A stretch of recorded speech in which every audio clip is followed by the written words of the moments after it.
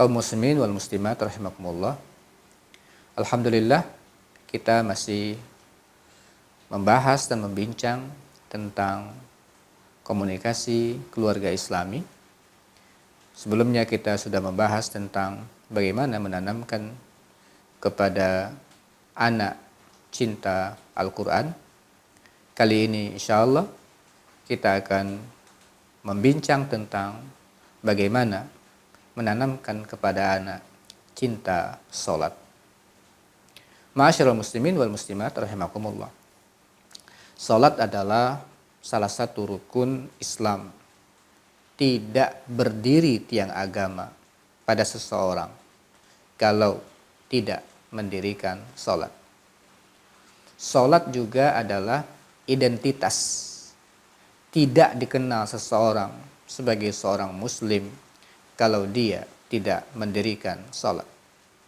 Oleh sebab itulah, salat tidak bisa kita ajarkan kepada anak sambilan.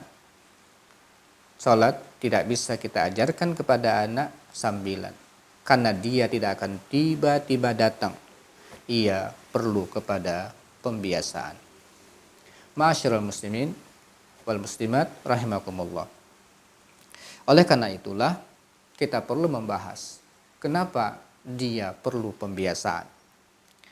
Yang pertama, karena kita semua pasti berdoa kepada Allah Subhanahu wa taala sebagaimana doa Nabi Ibrahim alaihissalam.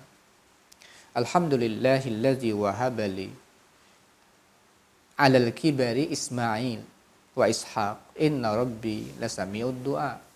Doanya adalah Rabbi ja'alni muqimas shalah wa min zurriyyati Rabbana wa taqabbal du'a.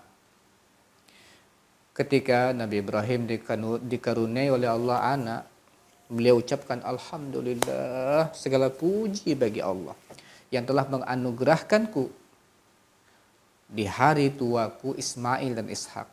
Sesungguhnya Tuhanku benar-benar maha mendengar dan memperkenankan doa.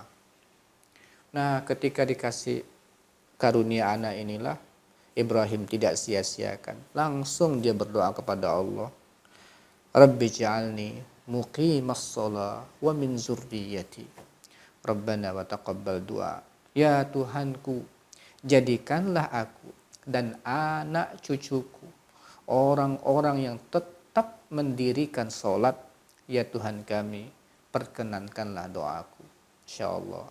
Jadi kita pasti bercita-cita seperti cita-citanya Nabi Ibrahim alaihissalam. Karena itu, untuk bisa mendapatkan generasi seperti itu, maka kita perlu membiasakan. Yang kedua, memang kita dapat amanah dari Allah Subhanahu wa taala. Kita dapat amanah dari Allah untuk membiasakan anak bisa mendirikan salat. Dalam sebuah ayat di surah Thaha 132, Allah Subhanahu wa taala berfirman, "Wa'mur ahlaka bis-shalati wastabir 'alaiha. La nas'aluka rizqa, nahnu narzuquk wal 'aqibatu littaqwa." Dan perintahkanlah kepada keluargamu untuk mendirikan salat dan bersabarlah kamu dalam mengerjakannya. Kami tidak meminta rezeki kepadamu, kamilah yang memberikan rezeki kepadamu, dan akibat yang baik itu adalah bagi orang yang bertakwa. Nah, ternyata Allah perintahkan kita, wa'mur ahlaka bis-shalah. Perintahkan keluargamu untuk mendirikan salat dan bersabarlah kamu di dalam melaksanakannya. Jadi kita ternyata mendapatkan amanah oleh Allah Subhanahu wa taala untuk memerintahkan keluarga, dan dari sinilah kita tidak hanya diperintahkan untuk memerintahkan kepada anak, tetapi juga kita diperintahkan untuk sabar melaksanakannya. Ini gambaran bahwa ketika kita ingin memerintahkan anak, kita sendiri yang harus sabar mendirikan salat itu. Nah, oleh karena itu Rasulullah Shallallahu Alaihi Wasallam setelah turun ayat ini, setiap pagi, ya, setiap pagi datang ke rumah anaknya, yaitu Fatimah dan Ali. Sudah menikah Fatimah waktu itu dengan Ali, tapi setiap pagi Rasulullah datang. Beliau mengatakan solat, solat, as-solat, as-solat, solat, kata Rasul. Coba bayangkan, generasi pertama, anak Rasul, Fatimah, Ali, kelasnya luar biasa. Tapi ternyata Rasulullah tetap mengajak, tetap mengingatkan anaknya supaya mendirikan sholat. Yang ketiga, sholat memang perlu dibiasakan. Sholat memang perlu dibiasakan. Memerlukan waktu panjang untuk menjadi kebiasaan. Bertahun-tahun. Oleh sebab itulah Rasulullah Shallallahu Alaihi Wasallam bersabda dalam sebuah hadis dari Amr bin Shu'aib an abihi an jaddi, qala Rasulullah Shallallahu Alaihi Wasallam, muru auladakum bis salati wa hum abna'u sab'i sinin wadribuhum 'alaiha wa hum abna'u ashrin wa farriqu bainahum fil madaji. Perintahkanlah anakmu untuk mendirikan salat saat anak itu berusia 7 tahun, dan pukul mereka ketika dia sudah 10 tahun tidak melaksanakan sholat, dan pisahkan ranjang di antara anak-anak tersebut. Jadi, ma'asyiral muslimin dan muslimat, umur 7 itu belum baligh. Dan balighnya anak itu kalau perempuan ya paling sekitar umur 10 tahun, 12 tahun. Anak laki-laki sekitar umur 14, 15 tahun. Ada jeda jarak bertahun-tahun. Ternyata untuk sosialisasi dan pembiasaan ini sampai nanti ketika mereka sudah baligh, yang mereka wajib untuk mendirikan sholat itu sudah menjadi kebiasaan dan habit mereka. Dan di antara juga kenapa kita perlu biasakan adalah karena memang sholat itu adalah berat. Oleh karena itu perlu pembiasaan. Wa innaha lakabiratun illa alal khasyin. Dia sangat berat, oleh sebab itu memerlukan pembiasaan. Kemudian mudah-mudahan dengan pembiasaan tersebut akan lahir generasi yang menjadi tumbuh dalam ibadah kepada Allah Subhanahu wa taala. Disebutkan dalam hadis wasyabun nasya'a bi ibadatillah. Ada anak remaja, pemuda yang tumbuh dalam ibadah. Di antaranya adalah melaksanakan ibadah sholat. Kalau generasi ini muncul, insya Allah mereka akan mendapatkan fasilitas yang terbaik nanti di akhirat.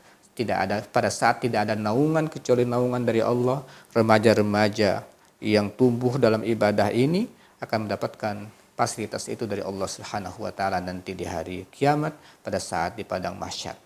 Ma'asyiral muslimin wal muslimat rahimakumullah, begitu mulianya salat dan ternyata tidak gampang untuk menjadi pembiasaan, maka kita perlu membuat langkah-langkah pembiasaan.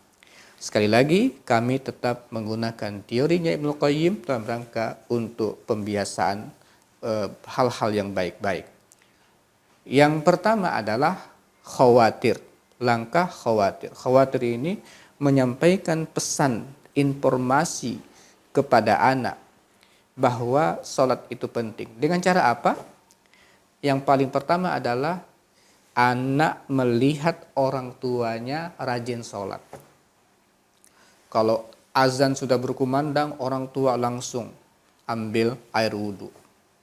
Kemudian orang tua senang, antusias sekali. Kalau sudah muazin itu memanggil, langsung apa yang diucapkan oleh muazin diikuti oleh orang tuanya. Semangat orang tuanya untuk mendirikan sholat. Nah, apa yang dilihat oleh anak-anak ini akan terekam kuat di dalam diri mereka, bahwa sholat itu ternyata selalu didirikan oleh orang tuanya. Nah, rekaman memori ini penting sekali bagi anak. Ya, memori ini menjadi sangat penting bagi anak bahwa orang tua itu rajin sholat. Mereka nggak ngomong dulu, tapi sudah terekam di dalam diri mereka. Nah, dari situlah muncul tasawur, persepsi bahwa rekaman orang tua yang rajin dan antusias mendirikan sholat ini bertahun-tahun mereka melihatnya akan melahirkan persepsi di benak mereka bahwa sholat itu penting dan menyenangkan. Nah, persepsi ini yang perlu kita bangun di benak anak-anak kita bahwa bahwa sholat itu adalah menyenangkan, penting dan menyenangkan. Yang ketiga muncul namanya irodah. Setelah dilihat orang tuanya rajin, kayaknya enak ya sholat itu, lalu ada keinginan dari anak. Itu namanya irodah. Persepsi yang menyenangkan tentang sholat akan memunculkan rasa ingin mengikuti orang tuanya. Karena anak punya sifat namanya imitasi, ingin mencontoh. Maka muncul itu. Nah, kita akan mendengar insya Allah, Bapak Ibu sekalian, ma'asyiral muslimin wal muslimat, kita akan mendengar kata-kata dari anak meluncur dari mulutnya. Apa? Bi, Pak, Bu, pengen sholat, ingin ikut sholat. Itu akan muncul. Itu kata-kata itu akan muncul. Nah, waktu kata-kata itu muncul, maka manfaatkan betul. Ayo kita fasilitasi mereka. Kita belikan mereka pakaian untuk sholat, sarung, kemudian kopiahnya. Kita fasilitasi mereka untuk mendirikan sholat tersebut. Lalu akhirnya dari irodah itu muncul amal. Ketika mereka ingin langsung, jangan lewatkan kesempatan itu untuk mereka kita ajak mendirikan sholat. Dan waktu yang terbaik untuk mereka mulai rutin sholat adalah di usia 7 tahun. Jadi bahasa Rasulullah, muru auladakum, perintahkan anakmu. Berarti sosialisasi sebelumnya sudah tahu, kemudian mereka belajar bacaannya mungkin sebelum itu, ketika 7 mereka sudah sama-sama mendirikan sholat bersama kita. Kemudian yang terakhir, ketika mereka sudah terus bersama kita, mendengarkan azan sholat, kemudian terus seperti itu mereka laksanakan dari umur 7 sampai mereka baligh, mudah-mudahan sudah menjadi kebiasaan. Dan ma'asyiral muslimin wal muslimat rahimakumullah, jangan lewatkan SOP ini. Standar operasional prosedur dari Allah Subhanahu wa taala, dari Rasulullah Shallallahu alaihi wasallam tentang sholat jangan dilewatkan. Kalau kita lalai, di usia mereka baligh baru kita sadar anak sudah malas-malasan sholat, akhirnya dipaksa, sangat sulit kita untuk membentuk karakter mereka lagi. Oleh karena itu jangan lewatkan masa-masa itu, masa-masa kecil mereka itu, untuk membiasakan mereka mendirikan sholat. Mudah-mudahan doa kita, Rabbi ja'alni muqimas sholat, ya Allah jadikan aku orang senantiasa mendirikan sholat, anak keturunanku itu akan terwujud. Mudah-mudahan kita diberikan amanah oleh Allah Subhanahu wa taala, bisa melaksanakan amanah ini, kemudian mudah-mudahan akan lahir generasi yang diamanahkan kepada kita, generasi yang cinta Al-Quran, generasi yang cinta dengan sholat. Aqulu qouli hadza wa astaghfirullah li wa lakum. Assalamualaikum warahmatullahi wabarakatuh.